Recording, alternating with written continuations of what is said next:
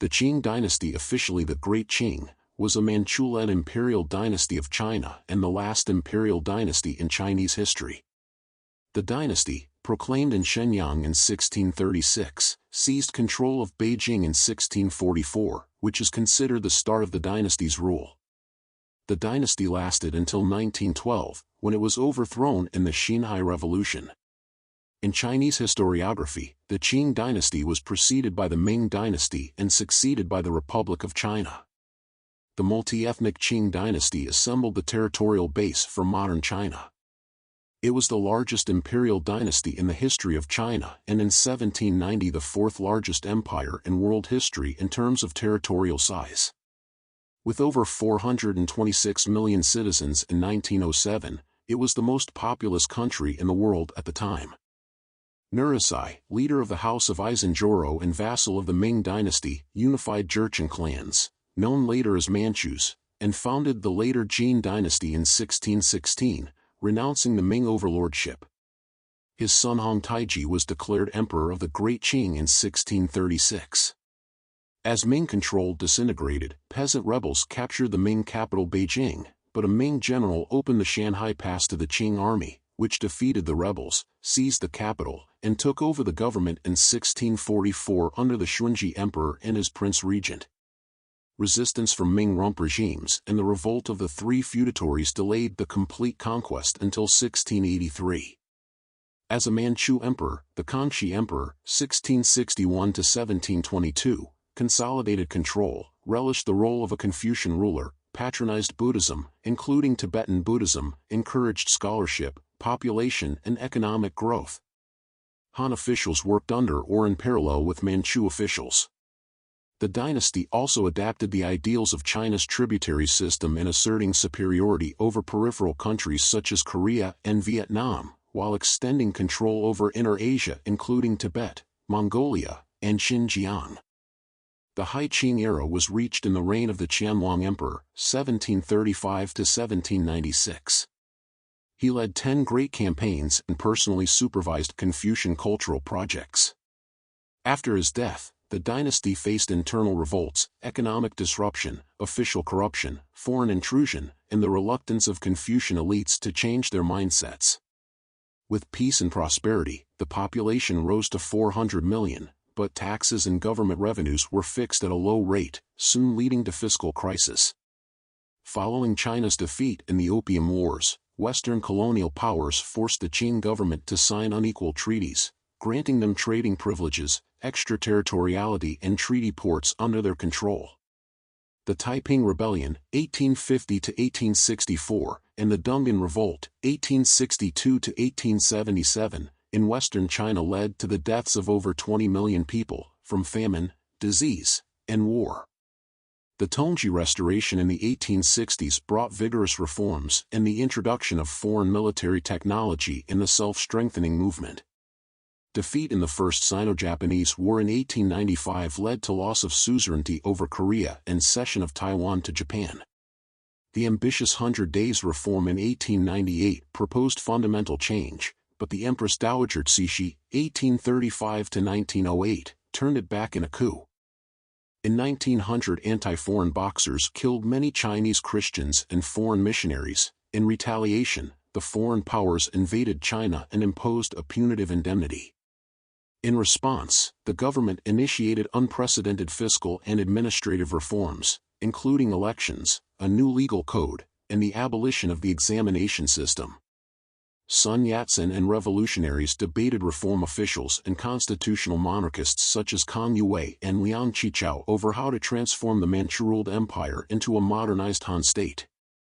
After the deaths of the Guangxu Emperor and Cixi in 1908, Manchu conservatives at court blocked reforms and alienated reformers and local elites alike.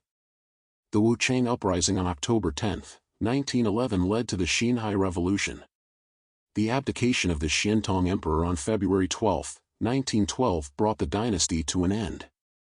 In 1917, it was briefly restored in an episode known as the Manchu Restoration, but this was neither recognized by the Beiyang government, 1912–1928, of the Republic of China nor the international community.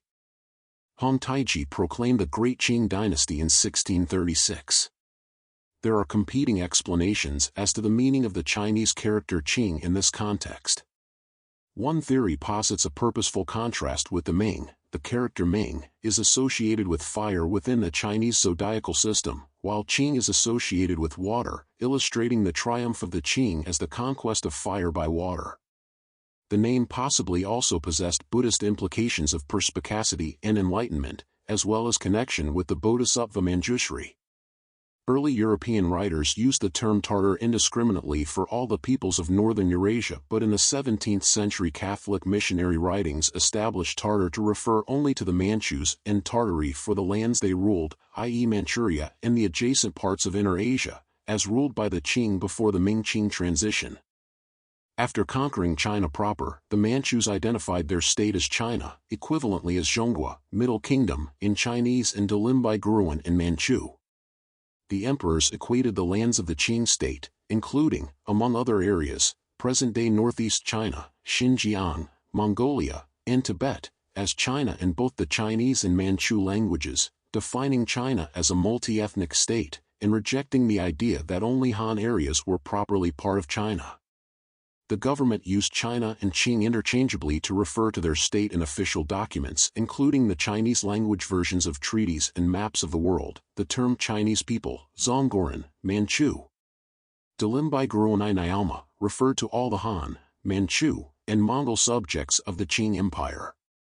When the Qing conquered Dzungaria in 1759, it proclaimed within a Manchu language memorial that the new land had been absorbed into China. The Qing government expounded an ideology that it was bringing the outer non-Han peoples, such as various populations of Mongolians, as well as the Tibetans, together with the inner Han Chinese into one family, united within the Qing state. In English, the Qing dynasty is sometimes known as the Manchu dynasty or transliterated as the Qing dynasty using the Wade-Giles system. The Qing dynasty was founded not by the Han people, who constitute the majority of the Chinese population, but by the Manchus, descendants of a sedentary farming people known as the Jurchens, a Tungusic people who lived around the region now comprising the Chinese provinces of Jilin and Heilongjiang. The Manchus are sometimes mistaken for a nomadic people, which they were not. The early form of the Manchu state was founded by Nurasai, the chieftain of a minor Jurchen tribe, the Aizenjoro, in Jianzhou in the early 17th century. Nurasai may have spent time in a Han household in his youth, and became fluent in Chinese and Mongolian languages and read the Chinese novels Romance of the Three Kingdoms and Water Margin.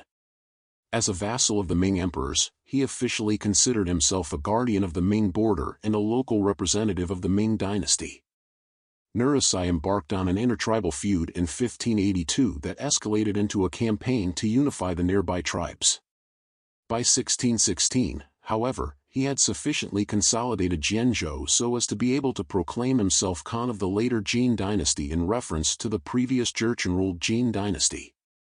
2 years later, Nurasai announced the 7 grievances and openly renounced the sovereignty of Ming overlordship in order to complete the unification of those Jurchen tribes still allied with the Ming emperor. After a series of successful battles, he relocated his capital from Hechuala to successively bigger captured Ming cities in Liaodong, first Liaoyang in 1621, then Mukden, Shenyang, in 1625. Furthermore, the Korchin proved a useful ally in the war, lending the Jurchens their expertise as cavalry archers. To guarantee this new alliance, Nurasai initiated a policy of intermarriages between the Jurchen and Korchin nobilities, while those who resisted were met with military action. This is a typical example of Nurasai's initiatives that eventually became official Qing government policy. During most of the Qing period, the Mongols gave military assistance to the Manchus. Nurasai died in 1626, and was succeeded by his 8th son, Hong Taiji. Although Hong Taiji was an experienced leader and the commander of 2 banners, the Jurchens suffered defeat in 1627, in part due to the Ming's newly acquired Portuguese cannons. To redress the technological and numerical disparity, Hong Taiji in 1634 created his own artillery corps, who cast their own cannons in the European design with the help of defector Chinese metallurgists. One of the defining events of Hong Taiji's reign was the official adoption of the name Manchu for the United Jurchen people in November 1635. In 1635, the Manchus' Mongol allies were fully incorporated into a separate banner hierarchy under direct Manchu command. In April 1636, Mongol nobility of Inner Mongolia, Manchu nobility and the Han Mandarin recommended that Hong as the Khan of later Qing should be the emperor of the Great Qing.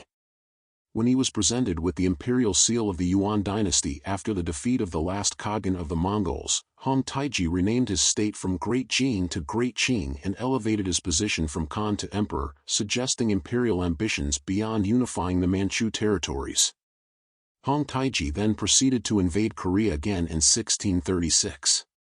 Meanwhile, Hong Taiji set up a rudimentary bureaucratic system based on the Ming model. He established 6 boards or executive-level ministries in 1631 to oversee finance, personnel, rights, military, punishments, and public works. However, these administrative organs had very little role initially, and it was not until the eve of completing the conquest 10 years later that they fulfilled their government roles. Hong Taiji staffed his bureaucracy with many Han Chinese, including newly surrendered Ming officials, but ensured Manchu dominance by an ethnic quota for top appointments. Hong Taiji's reign also saw a fundamental change of policy towards his Han Chinese subjects. Nurasai had treated Han and Liaodong according to how much grain they had. Those with less than 5 to 7 sin were treated badly, while those with more were rewarded with property. Due to a Han revolt in 1623, Nurasai turned against them and enacted discriminatory policies and killings against them. He ordered that Han who assimilated to the Jurchen, in Jilin, before 1619 be treated equally with Jurchens, not like the conquered Han and Liaodong. Hong Taiji recognized the need to attract Han Chinese, explaining to reluctant Manchus why he needed to treat the Ming defector General Hong Qingzhou leniently. Hong Taiji incorporated Han into the Jurchen nation as full, if not first-class, citizens, obligated to provide military service. By 1648, less than 1/6 of the bannermen were of Manchu ancestry. Hong Taiji died suddenly in September 1643. As the Jurchens had traditionally elected their leader through a council of nobles, the Qing state did not have a clear succession system. The leading contenders for power were Hong Taiji's oldest son Huge and Hong Taiji's half-brother Dorgan. A compromise installed Hong Taiji's 5-year-old son, Fulin, as the Xunji emperor, with Dorgan as regent and de facto leader of the Manchu nation. The Qing dynasty's legacy is a complex tapestry of grand achievements and significant failures. Its history offers valuable insights into China's past and continues to influence its present. Thank you for joining us on this journey through history. Don't forget to like, comment, and subscribe for more fascinating stories from the past.